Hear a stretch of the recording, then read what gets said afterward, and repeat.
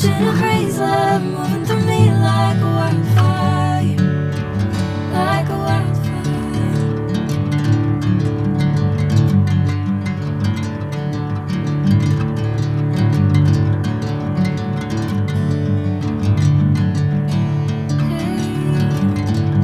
Never the same. Whenever you're calling my name, I'm taking my sweet time.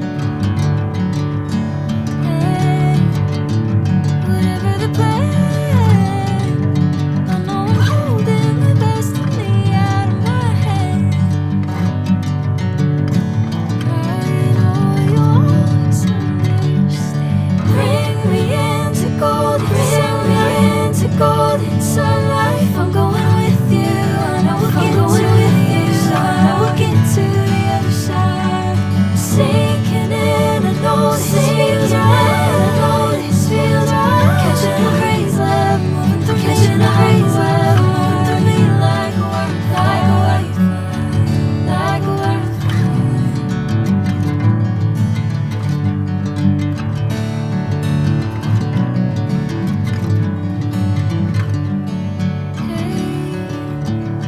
Never the same. Taking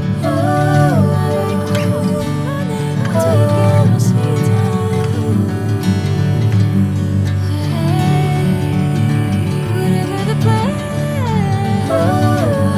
holding the best of me out of my hand. I know you'll always understand. Bring me into golden sunlight. If I'm going with you, I know we'll get to the other side. Sinking in, I know this feels right. Catching a breeze, love moving through me like a wildfire, like a wildfire.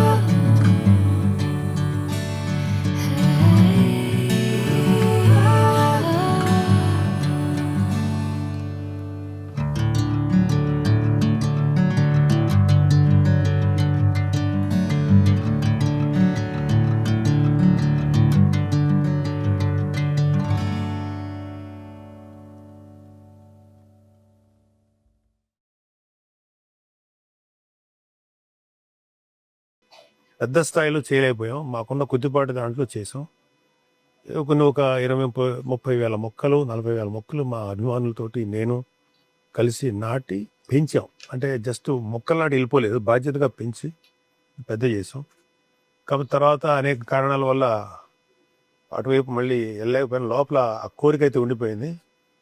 నా అదృష్టం ఏంటంటే పవన్ కళ్యాణ్ గారికి కూడా ఇదే కోరిక ఉండి రాష్ట్రాన్ని గ్రీనరీగా మార్చాలన్నటువంటి ఆయన కోరికని మేము మా ఇద్దరి కోరిక కలవటం వల్ల, అందులోనూ మాకు మరీ సంతోషం విషయం ఏంటంటే ఈ బాధ్యత నాకు చాలా గొప్పగా అనిపిస్తుంది. ఎందుకంటే ఏదైతే నా జీవితాశయం అనుకున్నానో ఈ గ్రీనరీ అనేది, అది కళ్యాణ్ బాబు గారికి కూడా ఇంట్రెస్ట్ అయినటువంటి చాలా ఆసక్తికరమైన విషయం. సో మా ఇద్దరి ఆలోచనలు ఇక్కడ బాగా కలుస్తాయి మొదటి నుంచి కూడా. సో దానికి తగ్గట్టుగానే మేము అనుకోలేదు ఈ బాధ్యత నాకు వస్తుందని. అలాగే ఈ బాధ్యత నాకు అప్పగిచ్చినందుకు ముఖ్యంగా మా జనసేన నాయకులు, ముఖ్యమంత్రి పవన్ కళ్యాణ్ గారికి ప్రత్యేకమైన కృతజ్ఞతలు. అంటే ఈ AP Andhra Pradesh society for greening and reforestation for ecological enrichment ఇంతవరకు ఇండియాలో మొదటి సంస్థ ఇదే. ప్రభుత్వం తరఫున అన్ని డిపార్ట్మెంట్స్ని అనుసంధానం చేస్తూ ఒక ఎఫెక్టివ్గా ముందుకెళ్ళగలిగేటువంటి ఒక మంచి సంస్థ ఇది. ఇది ఇండియాలోనే first of it's kind. So మనం ఎంత గొప్పగా చేస్తే మిగతా దేశానికి అంతా ఒక ఆదర్శవంతంగా ఉండేటువంటి ఒక కాన్సెప్ట్ ఇది. ఆంధ్రప్రదేశ్లో ఇప్పుడున్నటువంటి both forest and non forest zone, అంటే సిటీస్ కానీ నదీ నదాల పక్కన కానీ లేకపోతే మండలాల్లో కానీ గ్రామాల్లో కానీ ఎక్కడైనా సరే ఉన్నటువంటి గ్రీన్ అంతా కూడా లెక్క చూసుకుంటే ఒక 29% మాత్రమే గ్రీన్ ఉంది. సో మా మా జనసేన నాయకులు అటవీ శాఖ మంత్రి పవన్ కళ్యాణ్ గారికి వాళ్ళు ఇచ్చిన టార్గెట్ ఏంటంటే ఈ గ్రీన్ని 50%కి తీసుకురావాలి బై 2047. అంటే ఒక సుదీర్ఘమైన ప్రణాళిక. అంటే 1% ఆఫ్ గ్రీన్ పెంచాలంటే చాలా బృహత్తరమైనటువంటి ప్లానింగ్, ఎంతోమంది కలగలిసి రావాలి. సో అంటే ఇప్పుడు లార్జ్ స్కేల్లో మనం గ్రీనింగ్ మీద పనిచేయాల్సి వస్తుంది. Form lands, village areas, roads, canals, institutions, industries, urban areas, అలాగే ఇతర సూటబుల్ ఏరియాలో కూడా ఈ కార్యక్రమాన్ని ముందుకు తీసుకెళ్లాల్సి ఉంటుంది. అలాగే agriculture, horticulture, Panchayati Raj, rural development, education industries, revenue, water resources, transport, roads, buildings, forest, ఇతర డిపార్ట్మెంట్తో కోఆర్డినేషన్లో పనిచేయాలి. అలాగే farmers, NGOs and CSR organisations, industry, students, youth మరియు ప్రజలను భాగస్వామ్యం చేసుకొని దీన్ని ఒక పీపుల్స్ గ్రీన్ మూవ్మెంట్గా ముందుకు తీసుకెళ్లాలని మా నాయకులు పవన్ కళ్యాణ్ గారు మమ్మల్ని ఆదేశించారు. సో మొక్కలు నాటడమే కాకుండా అవి తనకు తానుగా బతకగలిగేంత వయసు వచ్చేదాకా ఆ మొక్కలు నాటి పెంచడం మీద ప్రత్యేకమైన దృష్టి పెడతాం. సో ఈ మొక్కలు ఎలా పెరుగుతున్నాయి ఏంటి అనే దాని మీద శాటిలైట్ ఇమేజరీస్, డ్రోన్స్, అలాగే జియో ట్యాగింగ్, జిఐఎస్ ఇలాంటి ఇతర టెక్నాలజీ ద్వారా మేము మొక్కలు ఎలా పెరుగుతున్నాయి అనేది దృష్టి ఉంటుంది.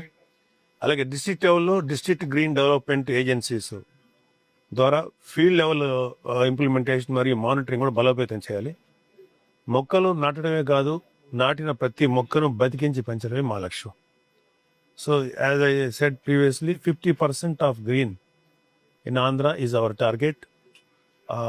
మాకు జనరల్గా ఏంటంటే ఒక మొక్క తాలూకు విలువ చాలా మందికి తెలియదు. ఒక మొక్క పెరిగి పెద్ద అయిన తర్వాత అది దాని వాల్యూ మనం కలపలాగా చూస్తాం, లేకపోతే ఇంకా అయితే ఇంకేదన్నా కొంచెం వాల్యుబుల్ అదర్ కైండ్ ఆఫ్ వుడ్గా చూస్తాం. కానీ ఒక మొక్క జీవిత కాలంలో దాని విలువ ఎంత ఉంటుందంటే కోట్ల రూపాయలు ఉన్నది. ఒక మొక్క నాటి పెంచితే ఎలా కౌంట్ చేస్తామంటే అది ఇచ్చే ఆక్సిజన్, అది రిలీజ్ చేసే కార్బన్ డైఆక్సైడ్, అది భూమిని సారవంతం చేసేటువంటి మెథడు, అలాగే దాని మీద ఆధారపడేటువంటి ఇతర లివింగ్ ఆర్గానిజమ్స్, పక్షులు, జంతువులు, ఇలాగా ఒక్క మొక్క నాటితే దాని విలువ కోట్లలో ఉండదు. చాలామందికి మొక్క నాటి చాలా అవలేలుగా తీసి పక్కన పడేయటం అనేది చాలామందికి చాలా ఈజీగా చేసే పని. సో ఒక మొక్కని మనం కట్ చేసామంటే అది నోరు లేని జీవాలైనా మనుషులైనా ఎవరైనా సరే కొన్ని కుటుంబాలని మనం నిరాశ్రయులు చేసినట్టే. అంత విలువైంది మొక్క. అంటే ఎన్నిటికనే మించి ఈ గ్రీన్ హౌస్ గ్యాసెస్ పెరిగిపోయి ఎన్విరాన్మెంటల్ డిస్ట్రక్షన్స్ జరుగుతుంటే సర్వనాశనం అయిపోతాయి. యాక్చువల్ అంటే మన ఇంకా భవిష్యత్తులో ఎలాంటి ఎన్విరాన్మెంట్ ఉండబోతుందో మనం ఊహించాం. ఈ పరిస్థితిలో మొక్క పెంచడం అనేది one of the biggest support for environment and industry, మన ఈ వాతావరణానికి చాలా ఉపయోగపడేటువంటి ఇది.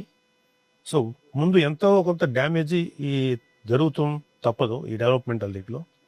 కానీ దానికి తగ్గట్టుగా బ్యాలెన్స్ చూసుకుంటా ఈ గ్రీనరీని పెంచడం ద్వారా చాలా వరకు జరగబోయేటువంటిది జరుగుతున్నటువంటి ఈ డిస్ట్రక్షన్, అంటే కాలుష్యాన్ని లేదా ఇతర హానికరమైనటువంటి పరిస్థితుల నుంచి మనం చాలా వరకు సేవ్ చేయొచ్చు. అందుకని ఈ గ్రీనరీ కాన్సెప్ట్ అటు ఇంకొక విషయం, మన నారా చంద్రబాబు నాయుడు గారు కూడా ఆయన చాలా ఇలాంటి కార్యక్రమాలు చాలా చేశారు అంతకుముందు. కాబట్టి ఇది ఒక దీని కింద, అంటే ఒక సొసైటీ కింద చేయటం అనేది అటు పవన్ కళ్యాణ్ గారు, నారా చంద్రబాబు నాయుడు గారు అనుకొని దాన్ని ఫస్ట్ ఆఫ్ ఇట్స్ కైండ్ ఇండియాలో తీసుకెళ్ళటం చాలా సంతోషం. ఏ బాధ్యత ఇచ్చుంటే నాకు ఇంత ఆనందం వచ్చేదో తెలియదు, కానీ ఇది నా జీవితానికి ఇది ఒక ఆశయంగా అంటే ఇంతకంటే ప్రపంచానికి చేయటువంటి సేవ లేదు. ఇది కేవలం నాకు ఇంకొకరు ఎవరికో ప్రభుత్వానికో చంద్రబాబు నాయుడు గారికో కళ్యాణ్ బాబు గారికో నరేంద్ర మోడీ గారికో పేరు రావటం కాదు. ఇది భారతదేశంలో మన చుట్టుపక్కల ఉన్న ప్రతి చిన్న బిడ్డ కూడా ఆరోగ్యకరమైన వాతావరణాన్ని క్రియేట్ చేయడానికి ఈ మొక్కలు ఉపయోగపడతాయి. సో ఇది ప్రతి ఒక్కరి కోసం మేము చేస్తున్న కార్యక్రమం. కాకపోతే ఇది విజువల్గా అది కొన్ని సంవత్సరాల పాటు మేము కృషి చేస్తే కానీ తెలియనటువంటి ఒక ఆలోచన ఇది. సో మేము దీనివల్ల మాకు వ్యక్తిగతంగా ఎంత పేరు వస్తుంది, ఎంత మైలేజ్ దొరుకుతుందని ఆలోచించడం కంటే కూడా భవిష్యత్ తరాలకి మేము ఏం చేయగలుగుతాం, భవిష్యత్ తరాల యొక్క లైఫ్ని మనం ఎంతవరకు అంటే నెక్స్ట్ తరాలంటే వాళ్ళే ఈ ప్రపంచాన్ని ముందు తీసుకెళ్ళగలిగేవాళ్ళు. సో వాళ్ళందరిది వాళ్ళ భవిష్యత్తు, వాళ్ళ యొక్క బాగోగుల కోసం, వాళ్ళ యొక్క ఆరోగ్యకరమైనటువంటి వాతావరణ పరిస్థితుల కోసం ఇది చేస్తాం. అంటే మాకందరికీ ఒక ఇన్స్పిరేషన్గా ఉండే ఒక సామెత ఉంది. అది ఒక ఆఫ్రికన్ సామెత. ఏంటంటే మనం ఈ భూమాతని అంటే భూమిని అంటే ఈ వాతావరణం లేకపోతే వాటెవర్ మనం ఉన్న దీన్ని భవిష్యత్ తరాల నుంచి అప్పు తీసుకున్నట్టు. సో మనం ఒక అప్పు తీసుకుంటే మనం ఎంత బాధ్యతగా తిరిగి తీర్చాలనుకుంటామో అలాగే ఈ భూమాత తాలూకు రిసోర్సెస్ని అన్ని మనం జాగ్రత్తగా వాడుకొని